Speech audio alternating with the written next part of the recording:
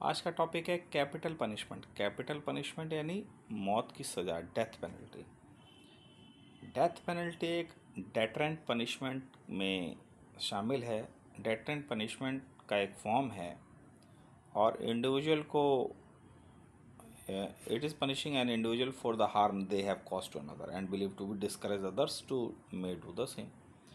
मतलब कोई हार्म हुई है तो ये माना जाता है कि इसको वो सज़ा दो कि दूसरे इससे इसको देख के सबक सीखें और डिस्करेज हों कि ऐसा ना करें। एंशियंट टाइम से ग्रीक है, रोमन्स है, वो रेप का, देशद्रोह में, मर्डर में, आगजनी में मौत की सज़ा देते थे। हमारे यहाँ भी सज़ा होती थी, भारत में भी उस दौरान। भारत में आदिकाल से मौत की सज़ा का प्रचलन है। महाभारत में भी है मौत की सज़ा का प्रचलन। तो लेकिन वर्तमान में देखा जाए तो बहुत सारे देशों ने मौत की सज़ा को हटा दिया है अपने लॉ से, और भारत ने भी नहीं हटाया है।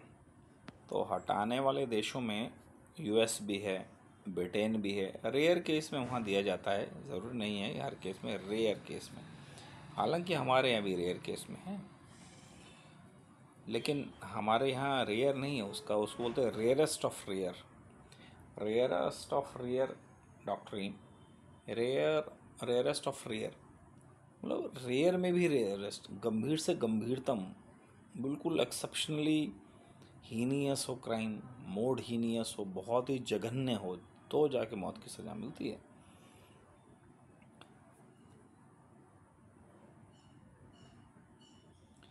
जैसा कि सभी जानते हैं कि जीवन जीने का अधिकार नैसर्गिक अधिकार है।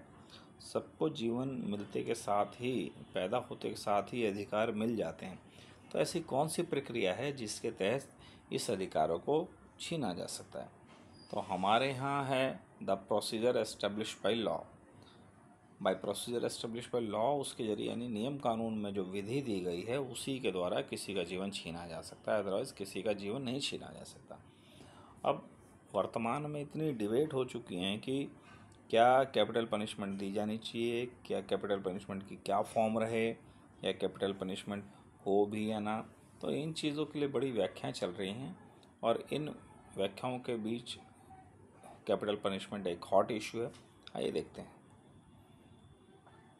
कॉन्स्टिट्यूशनल प्रोविज़न है राइट टू लाइफ है हमारे यहाँ आर्टिकल 21 के तहत, right to life and personal liberty. तो ये कहता है सबको राइट टू लाइफ और पर्सनल लिबर्टी एक्सेप्ट, सिर्फ सिवाय उस, यानी एक्सेप्शन है सिवाय उसमें जब प्रोसीजर एस्टेब्लिश बाय लॉ। ये लाइफ को नष्ट करता है अगर कोई लाइफ को छीनने का कोई अगर प्रोसीजर है लॉफुली, तो एस्टेब्लिश बाय लॉ, यानी लॉ ने जो एस्टेब्लिशमेंट बना रखी है, यानी उसने जो मार्ग निर्धारित किया है उसी तरीके से हो सकती है। हालांकि बहुत सारे देश हैं वो मना करते हैं, बहुत सारी मुहिम हैं, बहुत सारे लोग हैं वो कहते हैं जीवन जीने का अधिकार इसे छीन नहीं सकते, ईश्वर ने दिया है वही छीन सकता है। लेकिन हमारे देश जैसे विशाल देश में, और जनरली जो इतना एडवांस नहीं है, तीसरी दुनिया के देश हैं, वहाँ पे तो आज भी ये उतना ही रेलेवेंट है जितना इससे पहले था। तो एक और आर्टिकल है आर्टिकल 14, ये कहता है equality before law and equal protection of law. तो कहते हैं कि और इक्वलिटी बिफोर लॉ, लॉ के सामने सभी बराबर हैं, और इक्वल प्रोटेक्शन ऑफ लॉ सबको, और लॉ द्वारा सबको प्रोटेक्शन इक्वली मिलेगी। तो जब इस प्रकार की स्थिति होगी तो इक्वल कहाँ रहा? जब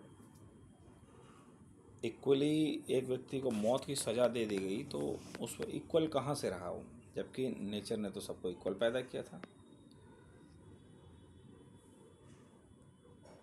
हालांकि कहा जाता है कि आर्टिकल 19 में जो फ्रीडम मिली है सबको मिली है, लेकिन तो दूसरे का अगर जो फ्रीडम का अधिकार है तो उसके फ्रीडम के अधिकार को वंचित जिसने किया उसको भी सज़ा का अधिकार है।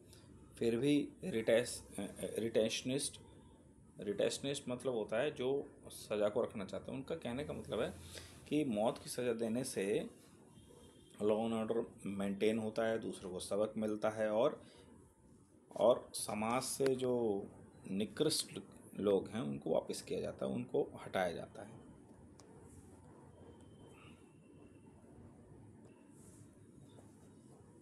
भारत में सबसे पहला बच्चन सिंह का केस था, स्टेट ऑफ पंजाब 1980 में। इसमें ही डेथ पेनल्टी को कॉन्स्टिट्यूशनल बताया और कहा कि रेयरेस्ट ऑफ रेयर केसेस में डेथ पेनल्टी दी जा सकती है, मौत की सज़ा दी जा सकती है। और doctrine of rarest of rare का अर्थ है डेथ पेनल्टी उसी केसों में हो जब अल्टरनेटिव पनिशमेंट जब नहीं हो, या अल्टरनेटिव पनिशमेंट उतने यानी उतने वैलिड ना हो पा रहे हैं या इतने इफ़ेक्टिव ना हो पा रहे हैं। यदि किसी को उम्र कैद देने से या किसी अन्य प्रकार की कैद देने से उसकी मौत की सज़ा हट सकती हो तो उसे वही सज़ा दी जानी चाहिए। रेयरेस्ट ऑफ रेयर का अर्थ है कि जब अल्टरनेटिव जो सज़ाएं हैं, जो इसके अलावा सज़ाएं, वो उसके लिए पूरी नहीं पड़ रही हैं या उसके अपराध को देखते हुए उतनी अच्छी नहीं हैं। आगे जाके 1983 में 1983 में मच्छी Singh versus state of Punjab का केस आया। इसमें रेयरेस्ट ऑफ रेयर को और ज़्यादा डिफाइन किया गया डिटेल में। MP ठक्कर साहब थे, उन्होंने बताया कि भाई 5 गाइडलाइन है। पहला, मैनर ऑफ मर्डर करने का जो तरीका है वो क्या है। बहुत ज़्यादा ब्रुचुअलिटी है, टॉर्चर है, उंगली काटी गई, ऐसे जैसे आपने देखा होगा। जैसे Mukesh Singh versus state of Delhi में यही था कि जब गैंग रेप की पीड़िता को, निर्भया में केस में गैंग रेप की पीड़िता को मारा गया तो मारने का तरीका, उसको जान से ख़त्म करने का तरीका बहुत ही ब्रुचुअल था और टॉर्चर था। तो मैनर ऑफ मर्डर, हत्या का जो मैनर है, उससे डिसाइड होगा सज़ा होगी।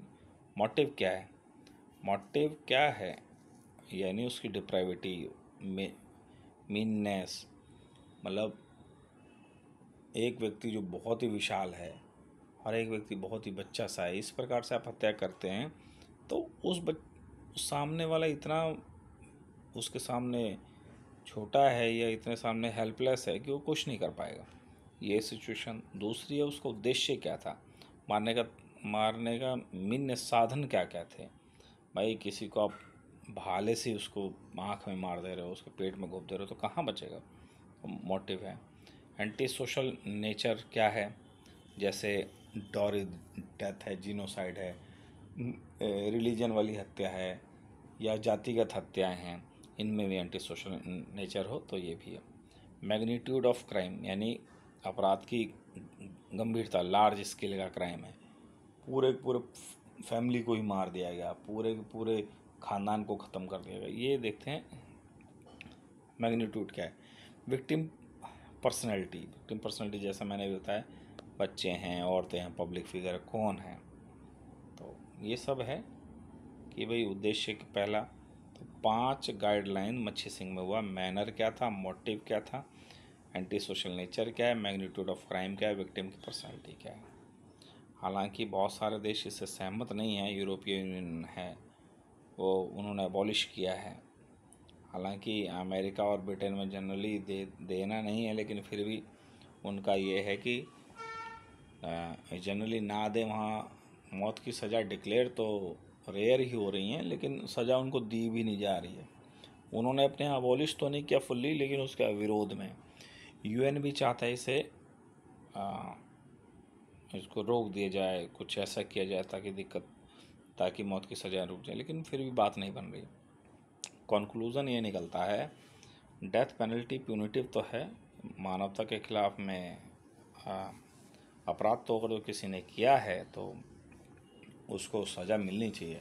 और सज़ा विशाल देश, विशाल भौगोलिक और सामाजिक पृष्ठभूमि, आर्थिक पृष्ठभूमियों के अकॉर्डिंग होना चाहिए। हालांकि अपोजिट व्यूज़ ये कहता है कि अपराधी को रिपेंट का अवसर नहीं दिया जाता है, अपराधी को पश्चाताप का अवसर नहीं दिया जा रहा है, इसलिए ये सब होना नहीं चाहिए। और इसकी जगह अल्टरनेटिव सज़ाएँ हैं, सॉलिटरी है, उम्र कैद है, ये सब दे दी जाए, हाथ पैर को काट दिया जाए, लेकिन मौत की सज़ा ना दी जाए। तो बहुत सारे विचार हैं, लेकिन फिर भी भारत में प्रचलन में है तो कुछ सोच के ही होगा, इसीलिए हम कैपिटल पनिशमेंट को वैलिड मानकर ही चलें, ज़्यादा अच्छा है। नमस्कार।